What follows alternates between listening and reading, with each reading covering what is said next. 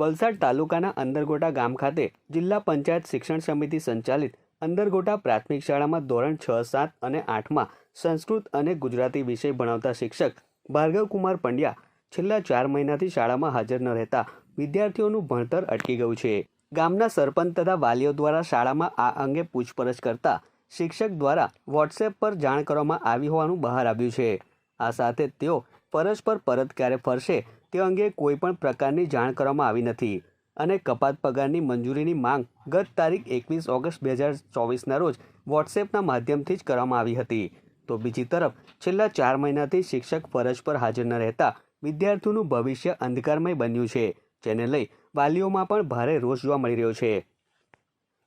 Main Gujarati વિષય લેતો હોય સર, એ જ નથી આવડતો, પછી છોકરા લોકોને ભણતરમાં તો કંઈ આવડવાનું જ નથી। ગુજરાતી મેન આપણું શિક્ષણ છે, એ શિક્ષણ સર જ નથી આવવાના, પછી આપણે છોકરા લોકો ભણવાના કેવી રીતના?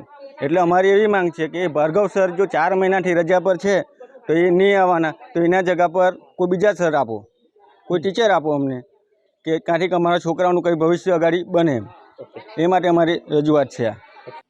વલસાડ તાલુકાના અંદરગોટા પ્રાથમિક શાળા ખાતે છેલ્લા 4 મહિનાથી શિક્ષક હાજર થયા નથી।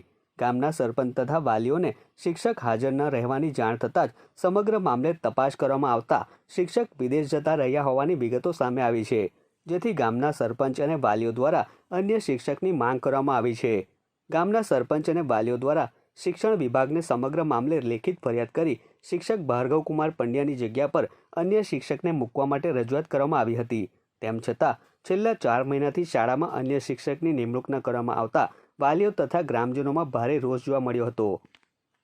એજ્યુકેશનમાં કંઈ જ નથી સાહેબ, અત્યારે હાલમાં જોવા જઈએ તો છોકરા લોકોને વાંચતા પણ નથી આવડતું, અને એક દિવસ અમારા સરપંચ શ્રી સંદીપભાઈ ગયા તો છોકરા અડલ્યા કરે, આ રૂમમાંથી પેલા રૂમમાં ગમે તેમ ફર્યા કરે, જોવા મૂકવાનું કોઈ નથી।